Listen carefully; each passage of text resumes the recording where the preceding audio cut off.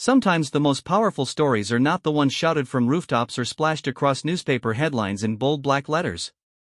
Sometimes the most powerful stories are whispered through photographs, captured in quiet moments when no one expects the camera to catch anything at all. And, sometimes, when a royal couple who has weathered storms that would have broken lesser bonds decides to open a window into their private world, the whole world stops to look. This is one of those stories.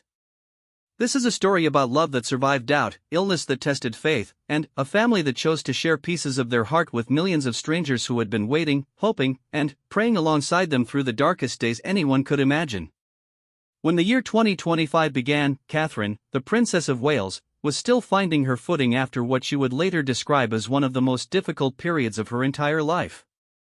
The previous year had brought challenges that no amount of royal training could have prepared her for. She had faced a cancer diagnosis that shook not only her family but an entire nation that had grown to love her over more than a decade in the public eye.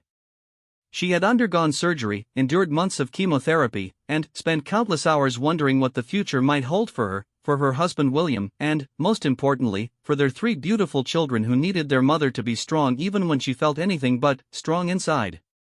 But January 2025 brought news that made hearts sing across the United Kingdom and far beyond its shores.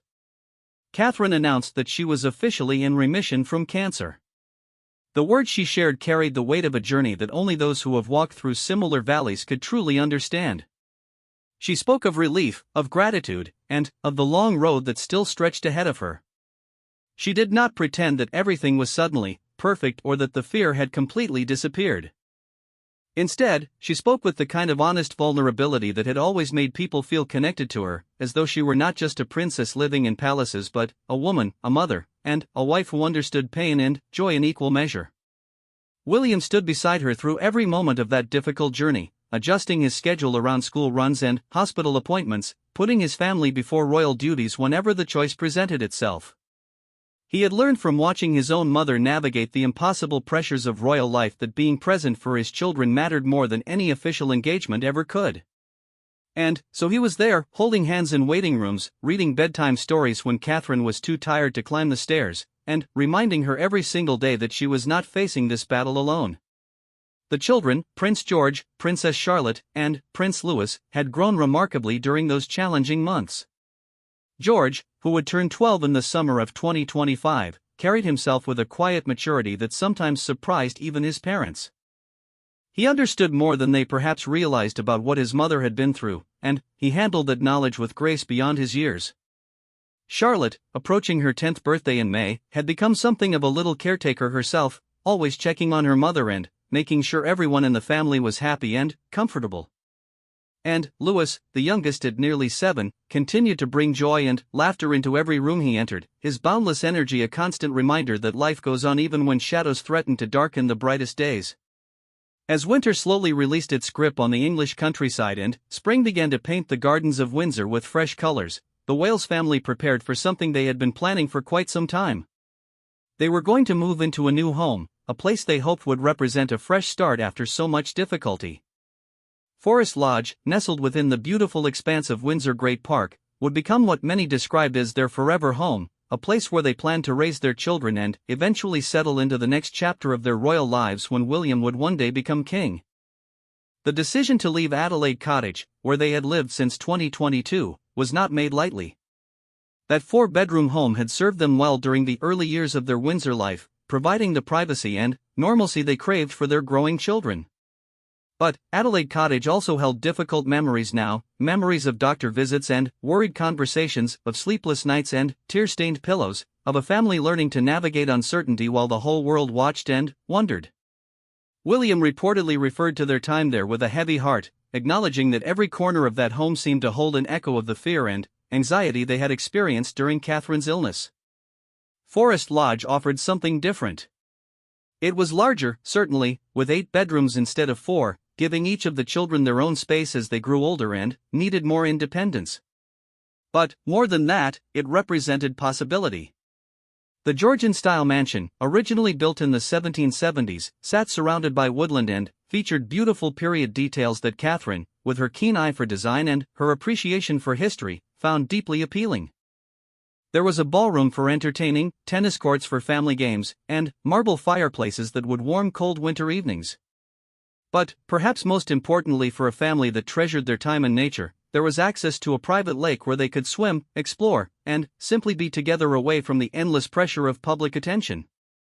The renovation work on Forest Lodge had been extensive, though the family kept most details private as they always tried to do with matters concerning their home life. Catherine reportedly created mood boards for the interior design, planning color schemes and furniture arrangements that would make the space feel like a true family home rather than a formal royal residence. She and William had always prioritized comfort over grandeur when it came to their private spaces. They famously used furniture from stores like IKEA in their children's bedrooms, mixing high-end pieces with practical, affordable items just as any family might do. This approach reflected their belief that growing up in palaces should not mean growing up disconnected from the real world that most people inhabited. As the months passed and the move date approached, security measures around Forest Lodge intensified significantly. A restricted zone was established around the property, closing off areas that had previously been open to local residents who paid annual fees to walk their dogs and enjoy the beautiful parkland. This caused some grumbling among neighbors who felt inconvenienced by the changes, but security experts explained that the precautions were necessary given the various threats that members of the royal family unfortunately faced in the modern world. A former head of royal protection described the situation in serious terms, noting that credible threats came from more directions than at any previous time in royal history. The safety of William, Catherine, and especially the children had to come first, even if it meant disrupting the routines of those who lived nearby. While preparations for the move continued behind the scenes, the Wales family maintained their public duties with characteristic dedication. Catherine returned to royal engagements gradually, carefully balancing her recovery needs with her genuine desire to continue the work that meant so much to her. She visited hospitals and community organizations, shining her attention on causes related to early childhood development, mental health, and, increasingly, cancer care and support. Her personal experience with illness had given her a new perspective on the importance of the work being done by healthcare professionals and volunteers across the country. She understood now, in a way she could not have fully understood before, what it meant to receive a diagnosis that changed everything, what it felt like to sit in waiting rooms surrounded by others fighting their own battles, and how much small acts of kindness could mean during the darkest moments.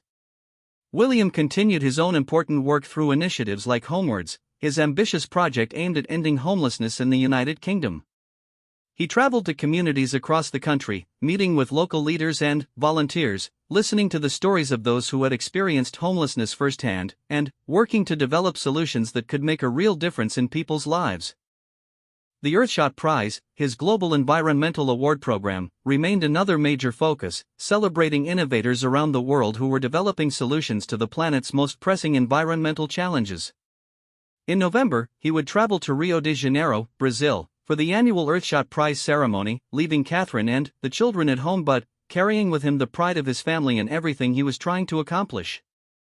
The children, meanwhile, continued their education at Lambrook School in Berkshire, where they had been pupils since the family moved to Windsor in 2022. George was entering his final year at the prep school, preparing for the transition to secondary education that would likely take him to Eton College, his father's alma mater. Charlotte was thriving in year 6, her natural confidence and leadership abilities becoming more apparent with each passing term.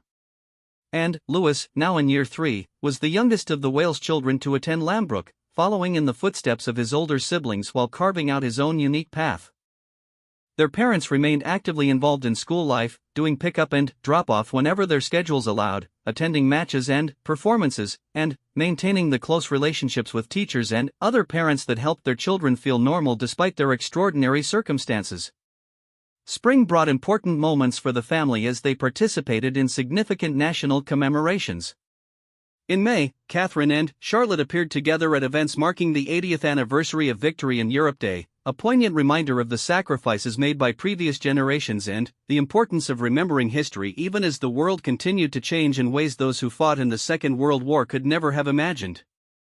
Seeing mother and daughter standing side by side at such a meaningful ceremony touched many who watched, a visual representation of continuity and hope, of lessons being passed from one generation to the next, of a family that understood their role in connecting past and present and future.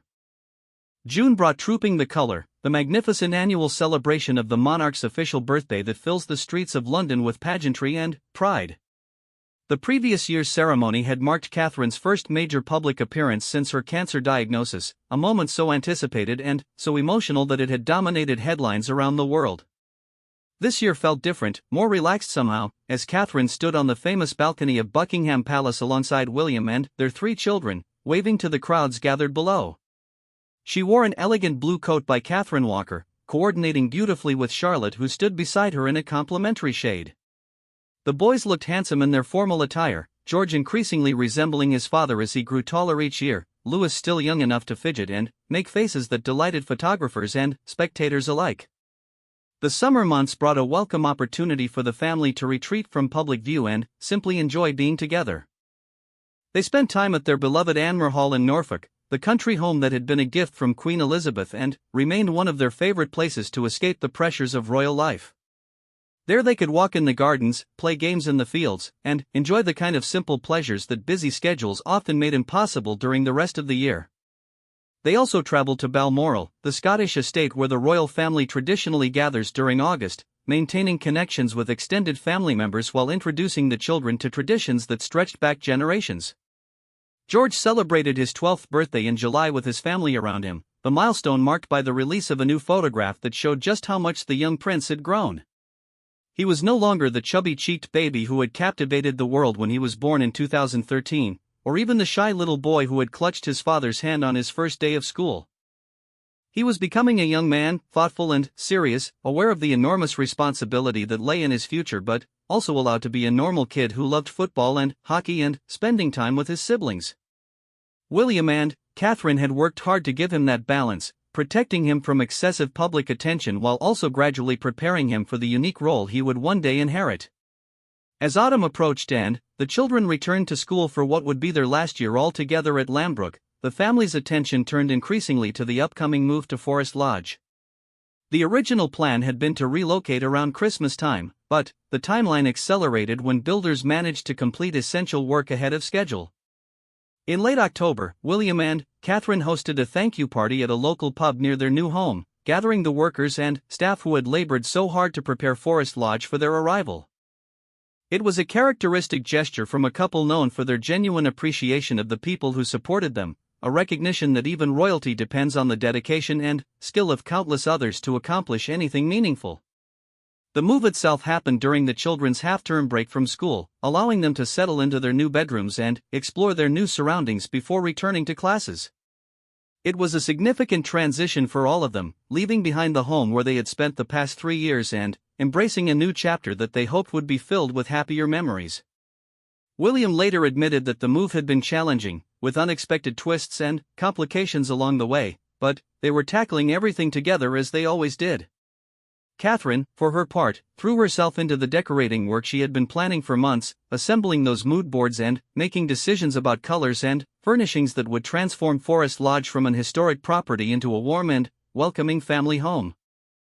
November brought significant royal duties, including the state visit of Germany's President Frank-Walter Steinmeier and First Lady Elke Buitenbender.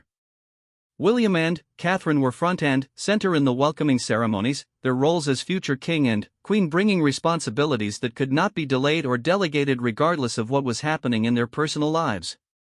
Lip readers who analyzed footage from the official events reported that Catherine chatted with the First Lady about the house move, discussing her decorating plans and the work that remained to be done after the holidays. William, speaking with the president, acknowledged that the move had presented challenges but expressed confidence that they were handling everything as well as could be expected. The approach of December meant the approach of one of Catherine's most beloved annual events, the Together at Christmas Carol service at Westminster Abbey. Now in its 5th year, the gathering had become a treasured tradition that brought together celebrities, community volunteers, and ordinary people who had made extraordinary contributions to the lives of others. This year's theme centered on love in all its forms, celebrating the connections between family members, friends, neighbors, and communities that gave life its deepest meaning. Catherine had conceived the event originally as a way to honor those who had gone above and beyond during the pandemic, but it had evolved into something even larger, a reminder each holiday season of what truly mattered when the tinsel and wrapping paper were cleared away. The preparation for the service was extensive, involving coordination with performers, readings by celebrity guests, and the careful arrangement of the beautiful displays that would transform the ancient abbey into a festive wonderland. Award-winning horticulturist Jamie Butterworth created installations celebrating the role of nature in well-being, a theme close to Catherine's heart given how much time in nature had helped her own recovery from illness.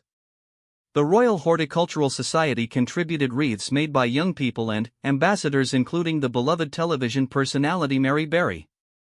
Everything was designed to create an atmosphere of warmth and togetherness, a physical manifestation of the values Catherine wanted the service to embody. On December 5, the family arrived at Westminster Abbey looking like a picture from a Christmas card. Catherine wore a stunning forest green coat lined with fur at the collar, paired with tall dark green velvet boots and gleaming diamond drop earrings that caught the light as she moved. William wore a classic navy blue suit with a bright blue tie, and the boys matched their father's color scheme in their own little suits and black shoes. Charlotte, who often coordinated outfits with her mother for special occasions, chose instead a deep blue midi dress that complemented the family's overall color palette while asserting her own style. Before the service began, Catherine greeted guests and performers, including actress Kate Winslet and singer Katie Melua. She told Bastille lead singer Dan Smith that her children had been looking forward to the service all week, that it had become such a beloved tradition in their family. When George, Charlotte, and Louis arrived with their father, Catherine was there to welcome them, the family coming together in a moment of genuine warmth that cameras captured for the world to see. They added their names to a connection tree decorated with paper chains bearing the names of guests, a symbol of togetherness and the importance of moments of connection. The service itself was deeply moving, featuring readings and performances that celebrated love and community. Prince William read a passage, his deep voice filling the ancient space with words that spoke to the importance of human connection. Kate Winslet and Chiwetel Ejiofor delivered their own readings, bringing their considerable talents to texts that reinforced the evening's themes. Hannah Waddingham performed, as did Katie Melua and the Cornish folk group Fisherman's Friends, the music ranging from traditional carols sung by the Westminster Abbey Choir to modern pieces that brought fresh energy to timeless messages. Catherine had dedicated the 2025 service specifically to the love that people had shown her and her family during the difficult months of her illness and recovery. The congregation included charity fundraisers, community volunteers, fellow cancer patients, and those who had demonstrated love, joy, and compassion to others in their time of need. It was her way of saying thank you, not just for the support she had personally received but for all the countless acts of kindness that happened every day in communities across the country, most of them never noticed or celebrated but all of them mattering deeply to the people involved. Her family surrounded her throughout the evening, William by her side as always, the children well behaved and engaged despite the length of the service. Carol and Michael Middleton were there, Catherine's parents who had been such a source of strength during her treatment. James Middleton came with his wife Alizée, the extended family gathering to support a tradition that clearly meant so much to Catherine. Other members of the royal family attended as well, including Sophie, the Duchess of Edinburgh, and Zara and Mike Tyndall, demonstrating the close bonds that existed within the broader Windsor clan. The service was broadcast on Christmas Eve and Christmas Day, allowing millions more to share in the experience from their own homes. Viewers saw a family that had weathered a storm and emerged stronger, a princess who had faced her greatest fear and found her way back to joy, a couple whose love had been tested and proven true. They saw children growing up in extraordinary circumstances but somehow remaining grounded and real, parents who prioritized presence over appearances, and a commitment to service that went beyond duty to something that felt genuinely heartfelt. As December progressed toward Christmas, the Wales family prepared for the holiday celebrations that would bring them together with extended family at Sandringham. But before the festivities could properly begin, they had one more gift to share with the world, one more window to open into their private lives. And it was this gift that would capture hearts in ways no one quite expected, turning a simple social media post into something that felt significant and lasting and true. The days between Christmas and New Year have a particular quality about them, a feeling of suspension between what was and what will be. For the Wales family gathered at Sandringham, those days in late December 2025 were filled with the kind of moments that create memories, the kind of moments that photographs are made for even when no cameras are present. They walked together on crisp winter mornings, the children running ahead while William and Catherine strolled arm in arm behind them. They gathered around fires in the evening, reading stories and playing games as the flames crackled and cast dancing shadows on the walls. They attended church services on Christmas Day, appearing before the crowds who gathered to catch a glimpse of the royal family in their festive finest, waving and smiling and exchanging brief words with well-wishers who had waited hours in the cold for these fleeting moments of connection. Christmas Day at Sandringham had been a study in elegance and warmth, the entire royal family walking the short distance from the estate to St. Mary Magdalene Church as generations of Windsors had done before them. King Charles and Queen Camilla led the procession, the king looking healthy and happy despite his own recent health challenges. Behind them came William and Catherine with their 3 children, the family unit that represented so much hope for the monarchy's future. George walked beside his father, tall enough now that the differences in their height seemed to diminish with each passing year. Charlotte held her mother's hand, the bond between them visible in every glance and gesture. And Louis bounced along as 7-year-olds do, his energy barely contained by the formality of the occasion. Catherine had chosen a beautiful red outfit for Christmas Day, embracing the traditional holiday color with her characteristic style. Her coat was perfectly tailored, her accessories carefully selected, her hair swept back to show off the elegant earrings that caught the light. She looked, as she so often did, like the princess from a fairy tale, the kind of image that graced magazine covers and inspired little girls around the world to dream of growing up to be just like her. But those who looked more closely could see something else in her face, a depth and wisdom that came from having walked through shadows that most people could only imagine. Her smile reached her eyes in a way that spoke of genuine joy, the kind of joy that comes not from having everything easy but from knowing how precious each moment truly is. The days following Christmas found the family settling into the comfortable rhythms of holiday life at Sandringham, enjoying the space to simply be together without the constant demands of official engagements and public appearances. The children had cousins to play with when other members of the extended family visited, and there were activities to fill every hour from morning until the early darkness of winter evenings descended. William and Catherine took advantage of these quieter days to reflect on all that had happened during the remarkable year that was drawing to a close, to think about the challenges they had overcome and the blessings they had received, to consider what the new year might bring and how they wanted to face it together. It was during these reflective days that the idea for their year-end message took shape. They had always used their social media platforms thoughtfully, sharing carefully selected glimpses into their lives while maintaining the privacy that was so essential for their own well-being and, especially for the well-being of their children. But this year felt different. This year had been so significant, so transformative, so full of moments both difficult and beautiful that keeping it all private somehow seemed incomplete. They wanted to share something, not everything certainly, but something that would give people a sense of what the year had meant to them, what moments had mattered most, what images captured the essence of a year they would never forget. The decision to share 12 photographs, one for each month, emerged from conversations between William and Catherine about how best to represent their journey through 2025. Each photograph would tell part of the story, highlighting different aspects of their work and their lives, creating a mosaic that viewers could piece together into a larger picture of a year marked by service, recovery, family, and hope. They spent time going through the images they had accumulated throughout the year, discussing which ones captured the moments that meant the most to them, which ones showed the work they were proudest of, which ones would resonate with the public who had been so supportive during their difficult times. The photographs they chose painted a picture of dedication to duty even in the face of personal challenges.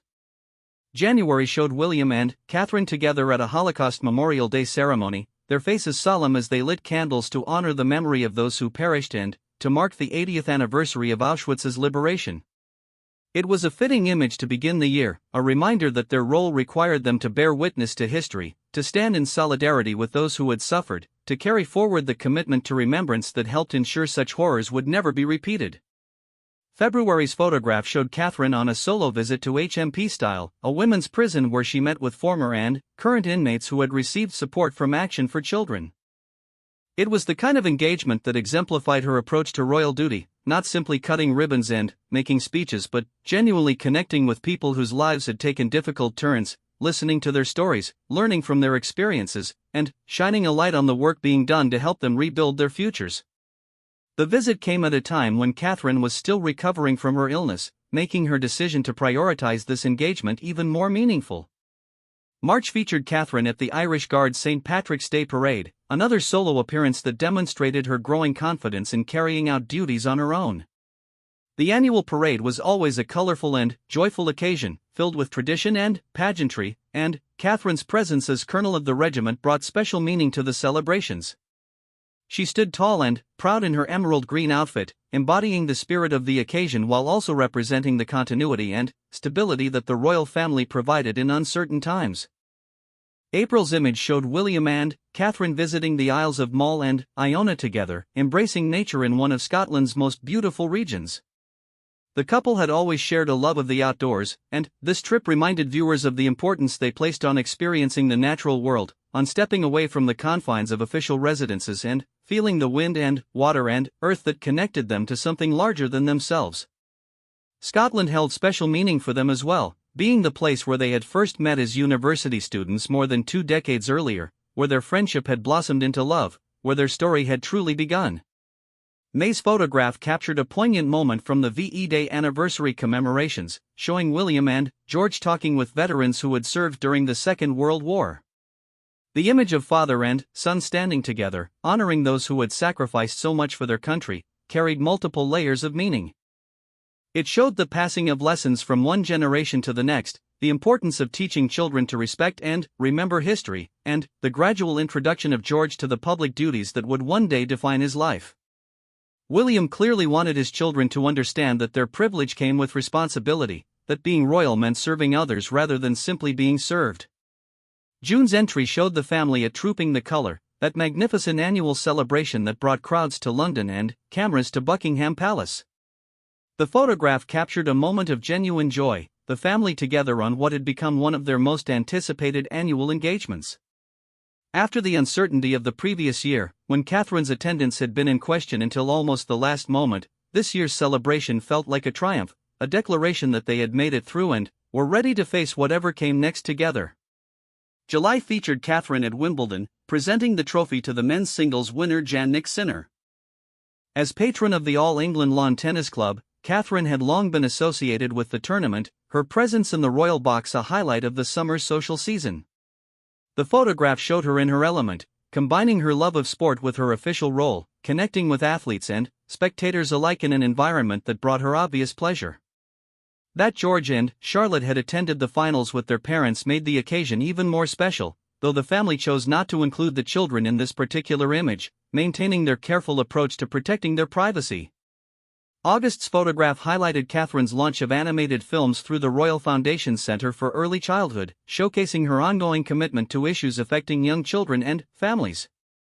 This work remains central to her identity as a working royal, the culmination of years of research and engagement that had convinced her early childhood development was one of the most important issues facing society.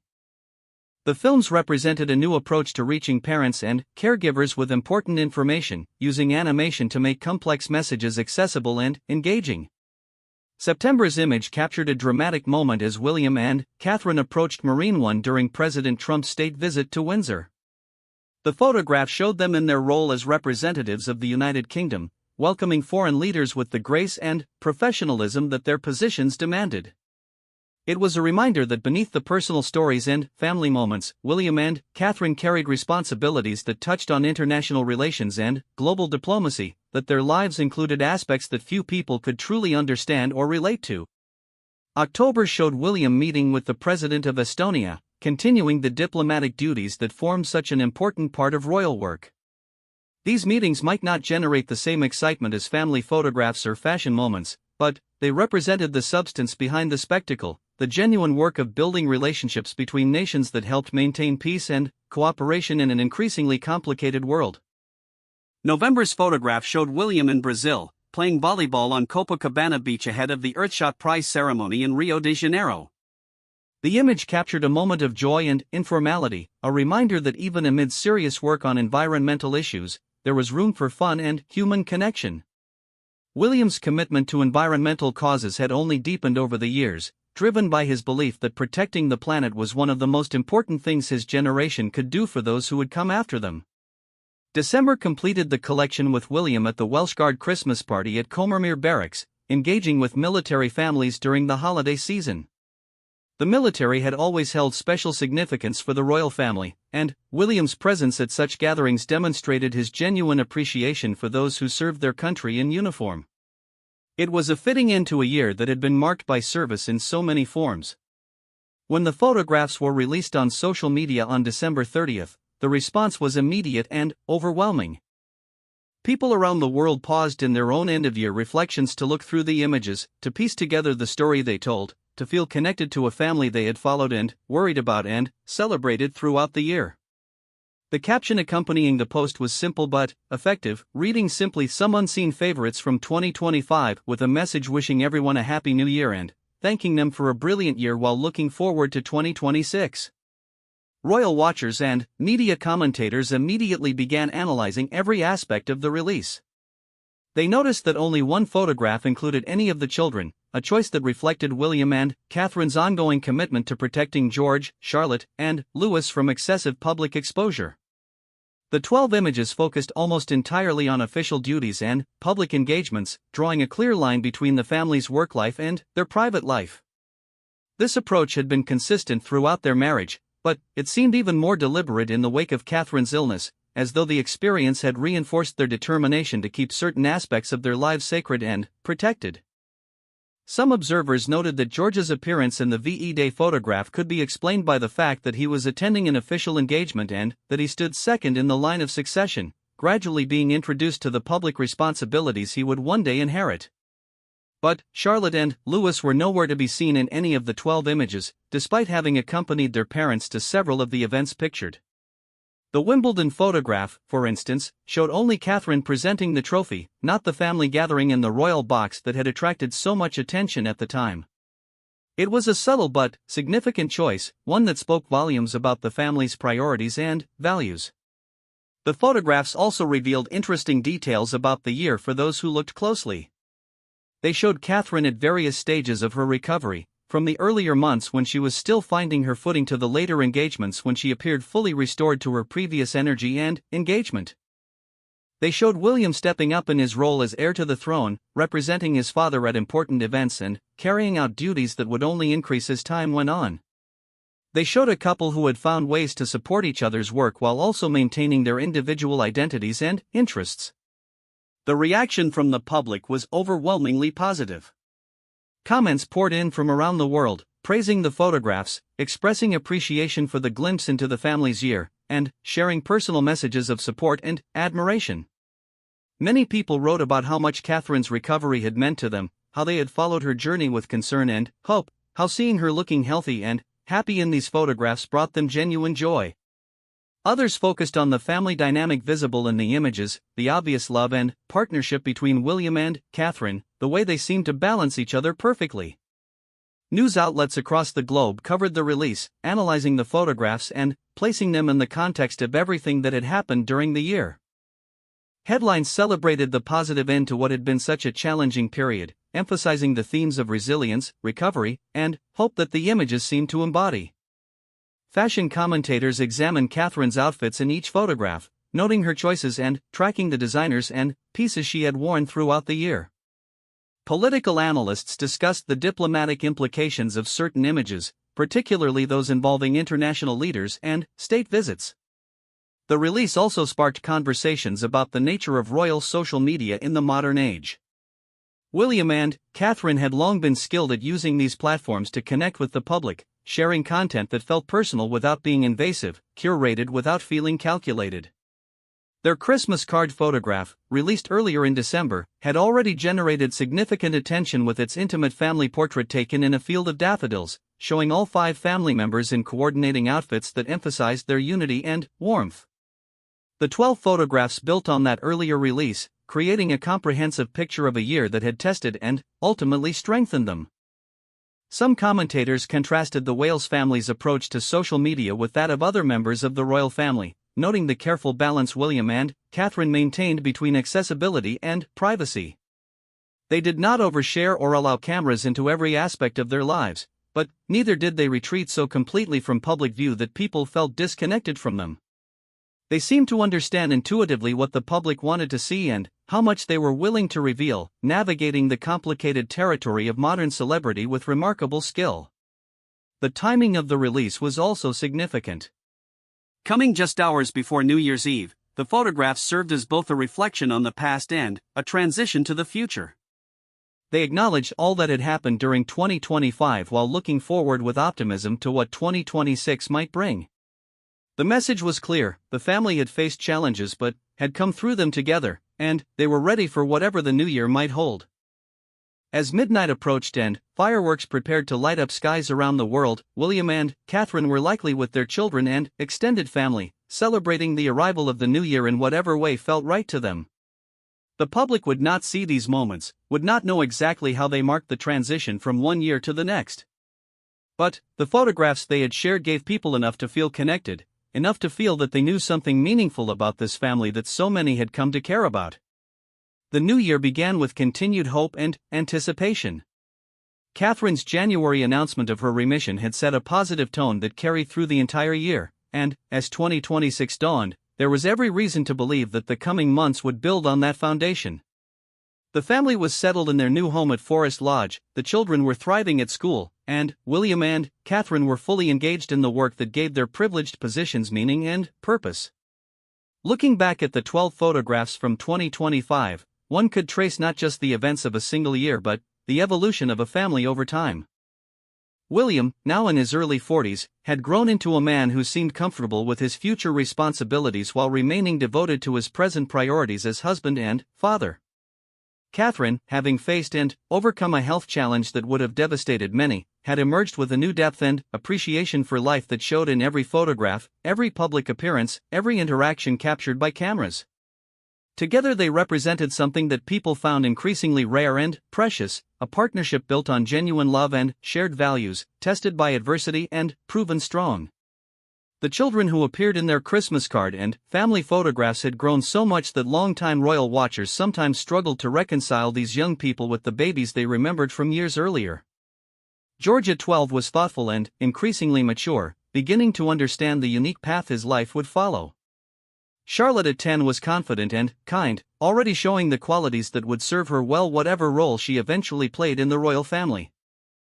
Louis at 7 remained the family jester, his expressions and antics providing moments of levity that humanized even the most formal occasions. The decision to share these intimate glimpses into their family life, even while maintaining careful boundaries around their children's exposure, reflected a sophisticated understanding of modern public relations and genuine generosity of spirit. William and Catherine did not have to share anything. They could have retreated entirely behind palace walls, issuing formal statements through press offices and appearing only at strictly controlled official events. Instead, they chose to open windows, to let light in and let warmth out, to create connection with millions of people who would never meet them personally but who nonetheless felt invested in their happiness and success. The photographs from 2025 would join those from previous years in the growing archive of images that documented this family's journey through time. Future historians would study them for clues about fashion and culture and the evolution of the monarchy in the 21st century. Regular people would look back on them with nostalgia, remembering where they were and what they were doing when these images first appeared on their phones and computer screens.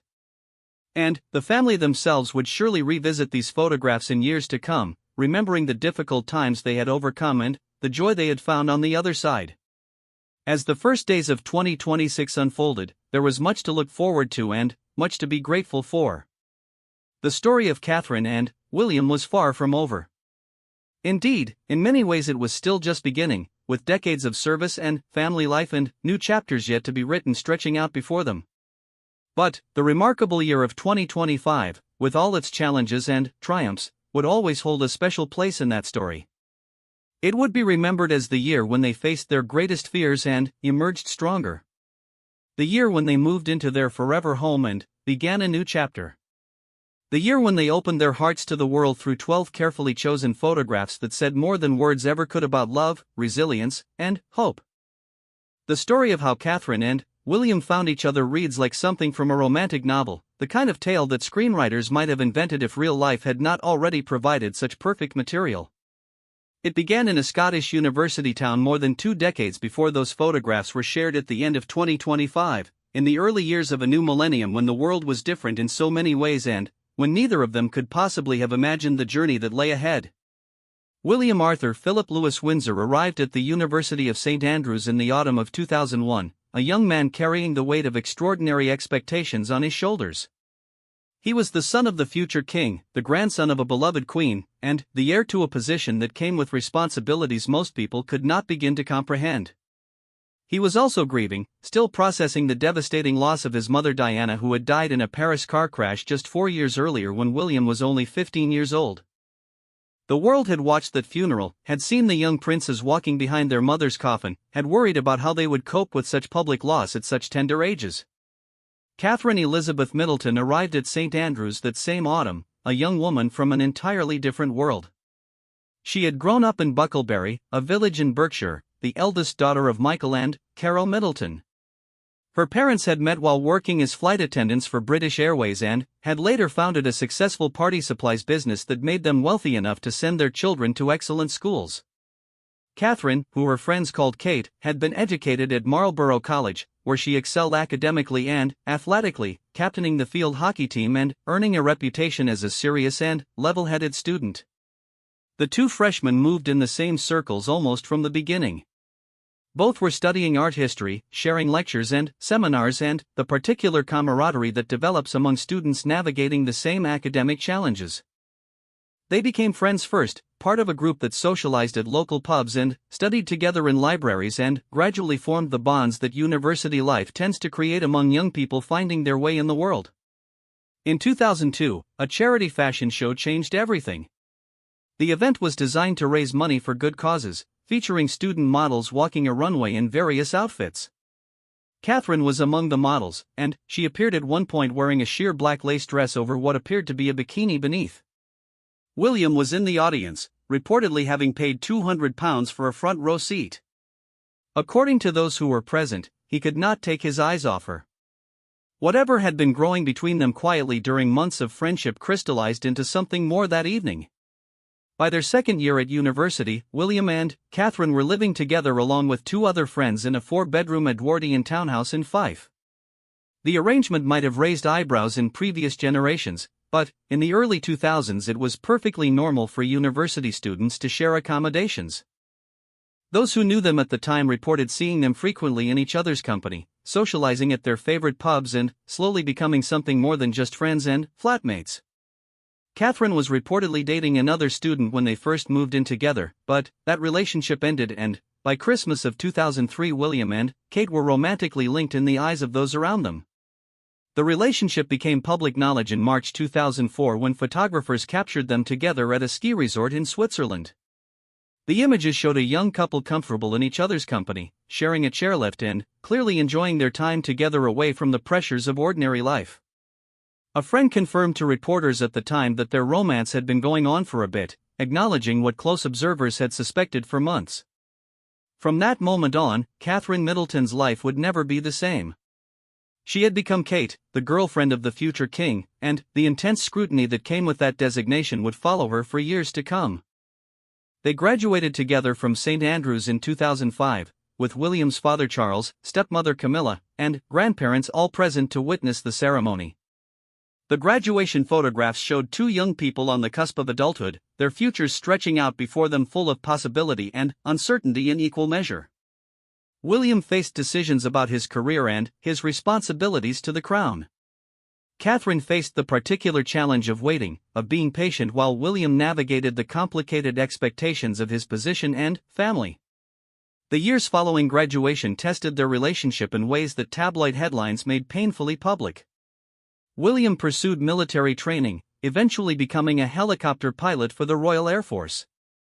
Catherine tried to find her own path, working briefly as an accessories buyer for a British clothing chain and later with her family's party supplies business. The press attention on her was relentless, photographers following her everywhere she went, publications speculating endlessly about whether William would propose and when. In 2007, something happened that shocked royal watchers around the world. William and Catherine broke up. The news emerged in April, just a few months after Catherine's 25th birthday, and sparked intense speculation about what had gone wrong. Some suggested that William felt pressured by the weight of expectations surrounding their relationship.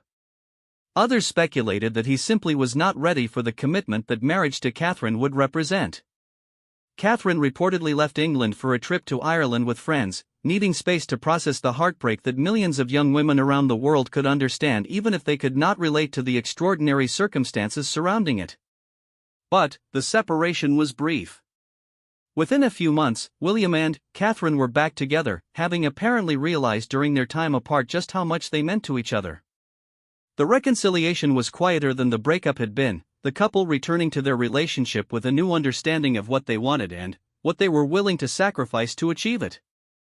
Those who knew them well said that the temporary split had actually strengthened their bond, forcing them to confront difficult questions and emerge with clearer answers than they had possessed before.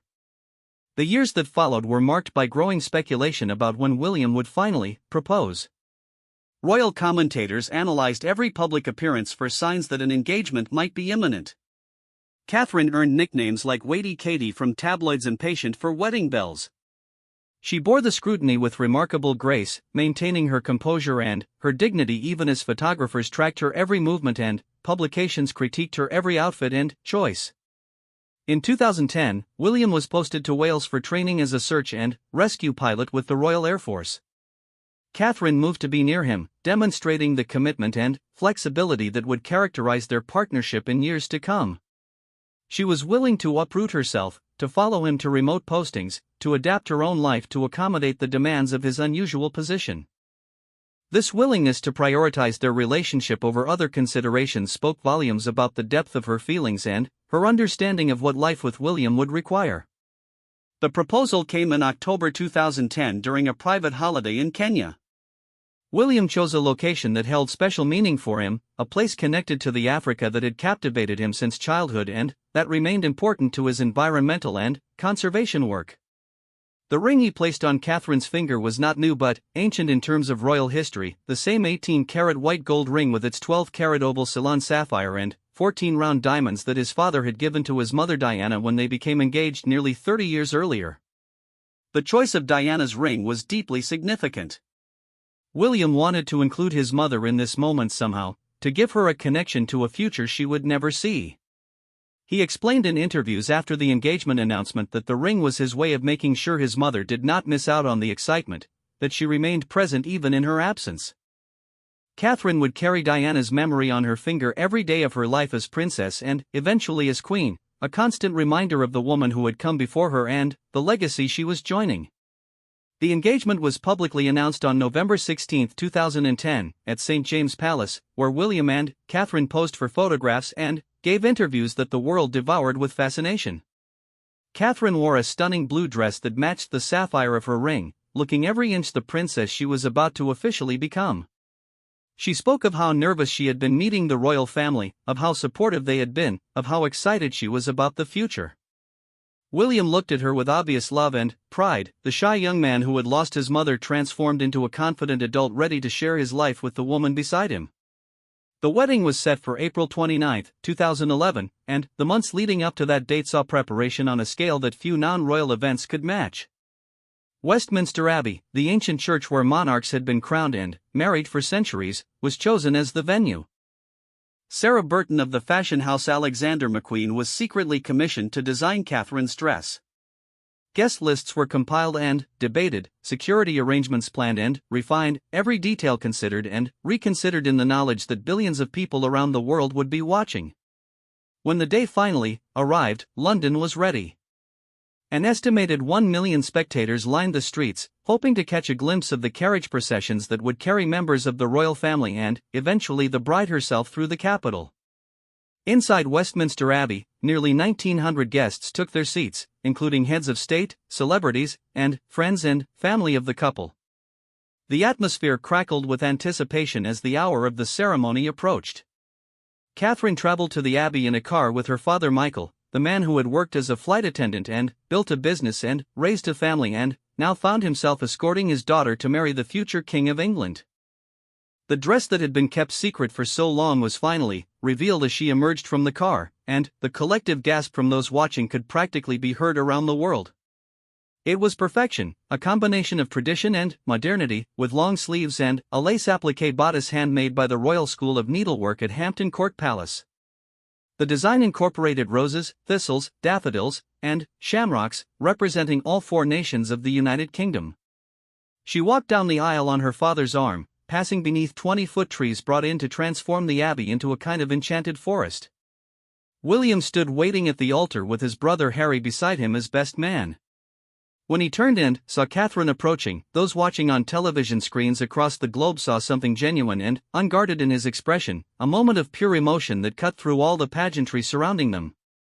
He reportedly whispered to her that she looked beautiful, an intimate exchange captured by lip readers and shared with fascinated audiences everywhere. The ceremony itself was conducted by the Archbishop of Canterbury Rowan Williams, with the Dean of Westminster John Hall presiding and the Bishop of London Richard Chartres preaching the sermon. Catherine's brother James gave a reading, his voice steady despite the extraordinary circumstances. The couple exchanged vows that had been carefully considered, with Catherine notably choosing to omit the word obey from the traditional phrasing, a decision that sparked commentary but surprised no one who understood her character. There was a moment of tension when William appeared to struggle slightly with placing the wedding ring on Catherine's finger, the gold band fashioned from traditional Welsh gold owned by the royal family. But he managed it successfully, and the couple was pronounced husband and wife to cheers that echoed far beyond the abbey walls. William himself chose not to wear a wedding ring, a personal preference related to his distaste for jewelry rather than any statement about their union. Following the ceremony, the newlyweds traveled in a horse-drawn carriage procession from Westminster Abbey to Buckingham Palace, waving to the crowds that packed every possible vantage point along the route. The carriage was the 1902 state landau, the same vehicle traditionally used by the monarch to welcome foreign heads of state, now carrying a prince and his bride through streets decorated with flags and flowers and filled with well-wishers from around the world. The balcony appearance at Buckingham Palace has become one of the most iconic images of the early 21st century. William and Catherine stepped out together, joining other members of the royal family to wave at the massive crowds gathered below. The kiss came first tentatively, then, again with more confidence as the cheering intensified. RAF planes flew overhead in formation, a spectacular backdrop to a moment that seemed to belong to another era even as it unfolded in real time on screens around the globe. Queen Elizabeth hosted a reception at the palace for the couple and approximately 650 guests, while Prince Charles hosted a more intimate dinner and dance that evening for 300 people. The singer Ellie Goulding performed, and the couple reportedly danced their first dance as husband and wife to a rendition of the Song Your Song. The evening ended with a small fireworks display in the palace grounds, a fitting conclusion to a day that had exceeded even the most romantic expectations. The newlyweds departed Buckingham Palace in style, driving through the streets in a blue two-seater Aston Martin convertible that Prince Charles had received as a 21st birthday present from his mother. The car had been decorated in traditional newlywed fashion by Prince Harry and friends, complete with streamers and balloons and a rear license plate reading "Just Wednesday." It was a moment of pure joy and playfulness, a reminder that beneath all the formality and tradition, these were two young people beginning their lives together like any other couple. The honeymoon destination was kept secret initially, though it was later revealed that they had traveled to the Seychelles, enjoying privacy on a remote island where they could finally be alone together without cameras and crowds and constant observation. When they returned to England, they settled into a life in Wales where William continued his work as a search and rescue pilot. Catherine became known as the Duchess of Cambridge, a title bestowed by the Queen on the day of the wedding along with the Scottish title Countess of Strathern and the Irish title Lady Carrickfergus. Those early years of marriage were deliberately quiet, with the couple prioritizing their relationship and their privacy over public appearances and media attention. William was committed to his military career, flying helicopters on rescue missions that saved lives and gave him a sense of purpose outside the confines of royal obligation. Catherine supported his work while gradually building her own portfolio of charitable interests, focusing particularly on mental health awareness and support for children and families. The announcement of Catherine's first pregnancy in December 2012 brought worldwide attention back to the couple in a significant way. The news emerged earlier than they had planned due to Catherine suffering from hyperemesis gravidarum, a severe form of morning sickness that required hospitalization. The illness was serious enough that the palace felt compelled to explain why the Duchess was being treated at King Edward VII Hospital, effectively confirming the pregnancy to a world that immediately began speculating about whether the baby would be a boy or girl. Prince George Alexander Louis was born on July 22, 2013, emerging into the world at the Lindo wing of St. Mary's Hospital in London.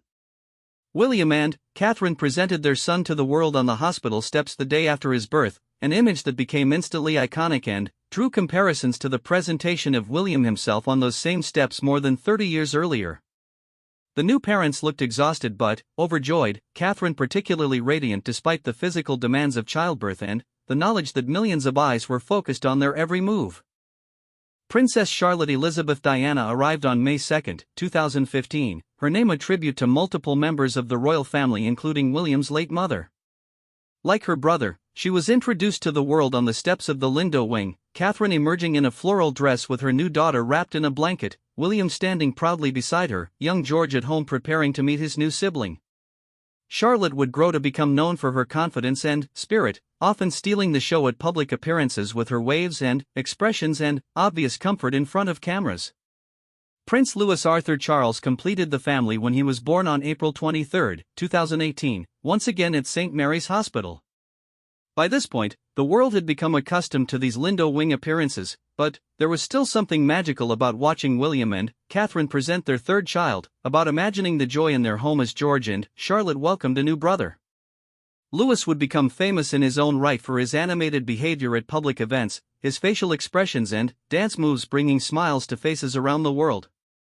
Through all these additions to their family, William and Catherine remained committed to raising their children with as much normalcy as possible given their extraordinary circumstances.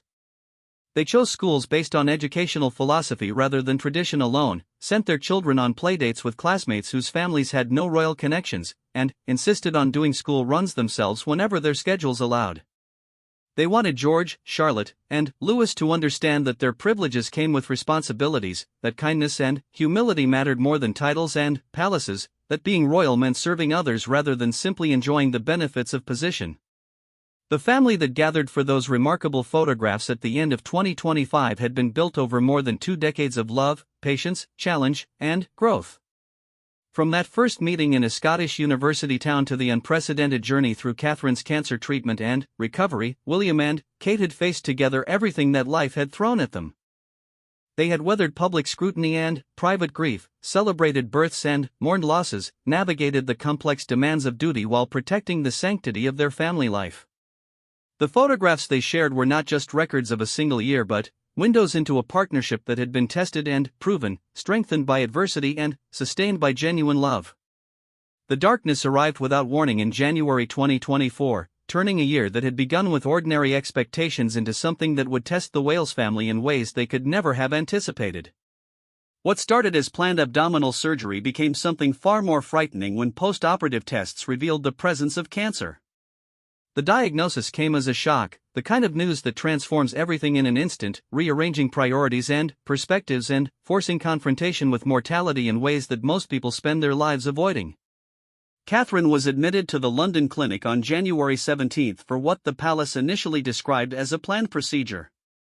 The statement indicated she would remain in hospital for 10 to 14 days before returning home to continue her recovery, and that she was unlikely to return to public duties until after Easter. No further details were provided, and the palace asked for privacy on behalf of the princess and her family during what they characterized as a personal medical matter. The public response was largely respectful, with most news outlets reporting the facts as provided and expressing hope for a swift recovery. But, as the days passed and Catherine remained out of sight, speculation began to grow.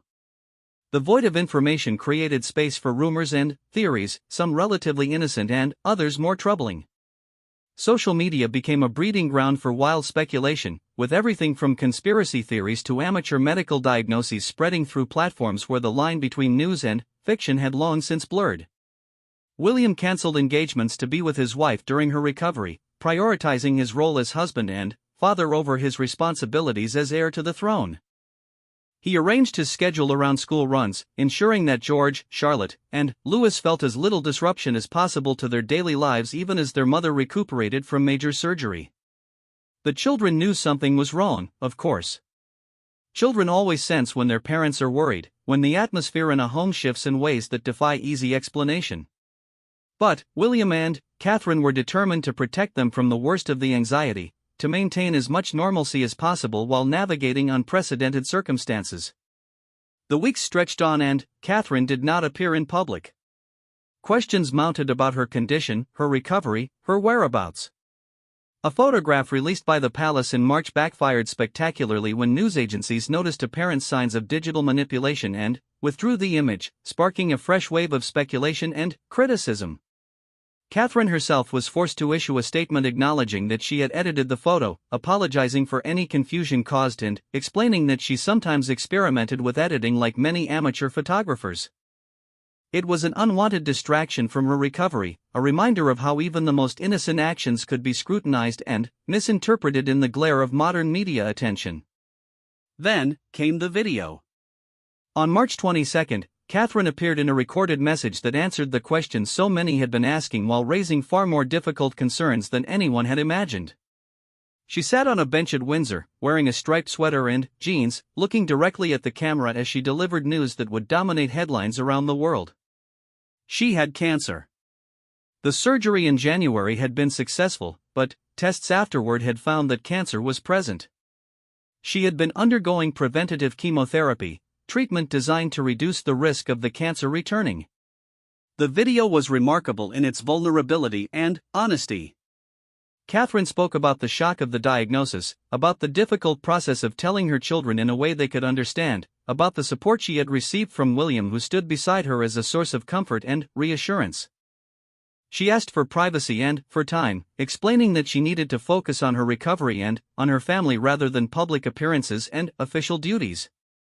She expressed gratitude for the understanding she hoped people would extend, acknowledging that she knew many others were fighting their own battles with cancer and offering solidarity to anyone facing similar challenges. The world responded with an outpouring of sympathy and support that crossed all boundaries of geography and politics.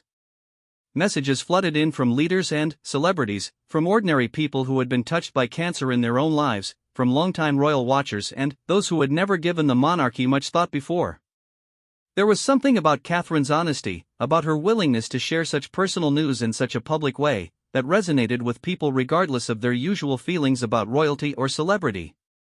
She was not just a princess in that moment but a mother worried about her children, a wife grateful for her husband's support, a human being confronting one of life's most terrifying challenges. The months that followed were marked by Catherine's absence from public life and the family's adjustment to a new and frightening reality.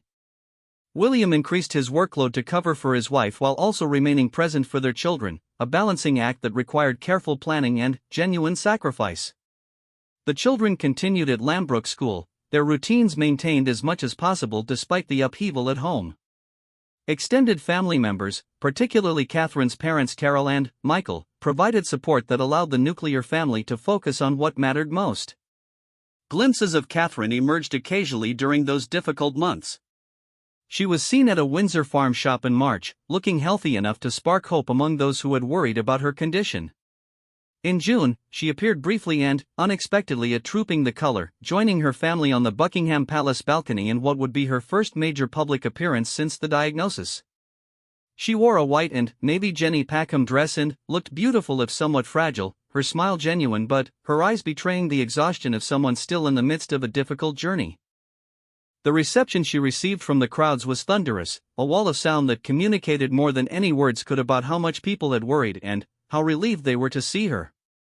She attended Wimbledon in July, appearing at the men's final to present the trophy to winner Carlos Alcaraz. Her presence in the royal box was not confirmed until the last moment, reflecting the uncertainty that still surrounded her condition and her ability to participate in events. But she made it, sitting beside her daughter Charlotte and watching tennis in what had become one of her most beloved annual traditions. The standing ovation she received when she walked onto center court to present the trophy brought tears to many eyes, a spontaneous expression of affection and respect that transcended the usual formality of such occasions. Throughout the summer, Catherine continued her treatment while staying largely out of sight. The family spent time at their Norfolk home Admirhall and visited Balmoral as they traditionally did during August. These retreats from public view allowed Catherine to focus on her recovery while also giving the children meaningful time with their mother, time that was all the more precious given the uncertainty that cancer always brings to family planning and expectations. The message everyone had been hoping for came on September 9. In a video that showed the family together in nature, Catherine announced that she had completed her chemotherapy treatment. The footage was intimate and emotional, showing William and Catherine walking hand in hand, the children running and playing, grandparents joining in family activities. It was a glimpse into the life they had been living during those difficult months, a reminder that even amid medical treatment and public concern, they had found moments of joy and normalcy and hope. Catherine's words in that video captured the complexity of what she had experienced. She described the cancer journey as complex, scary, and unpredictable, acknowledging that the path to healing and full recovery would be long and that she needed to continue taking each day as it came. She spoke of the relief at completing chemotherapy while also recognizing that the future remained uncertain in ways that only those who have faced serious illness can truly understand. She expressed determination to remain cancer-free and gratitude for the support she had received from so many quarters. The video also revealed something about the family dynamic that had sustained them through the crisis. There was obvious love and tenderness in the way William and Catherine interacted, a partnership forged through years of shared experience and strengthened by the challenges they had faced together. The children appeared happy and healthy, their behavior suggesting that their parents had successfully shielded them from the worst of the fear and anxiety that must have plagued the adults around them.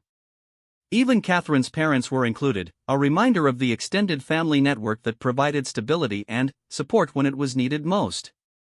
As autumn arrived and Catherine began tentatively returning to public duties, the full extent of what the family had endured became clearer.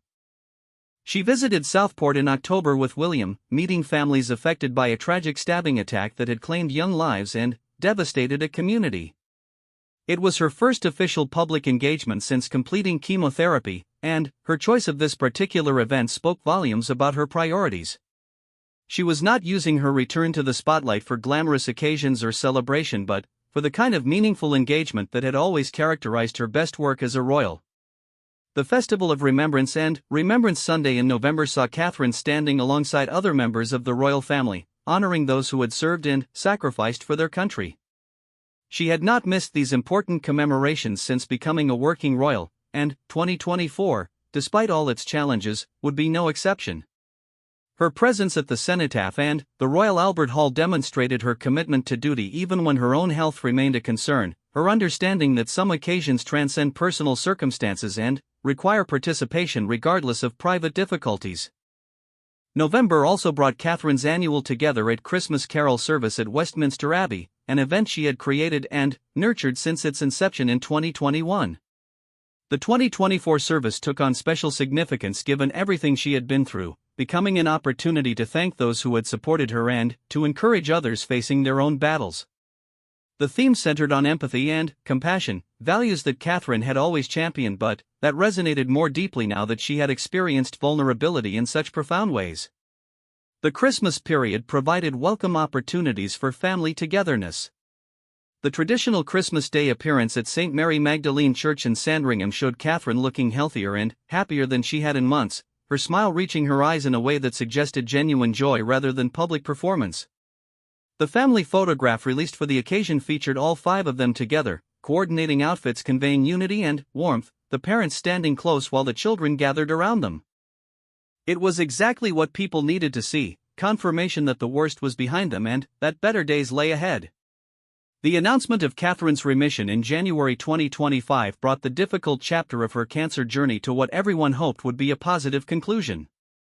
She shared the news alongside the announcement of her new role as joint patron of the Royal Marsden, the hospital where she had received treatment.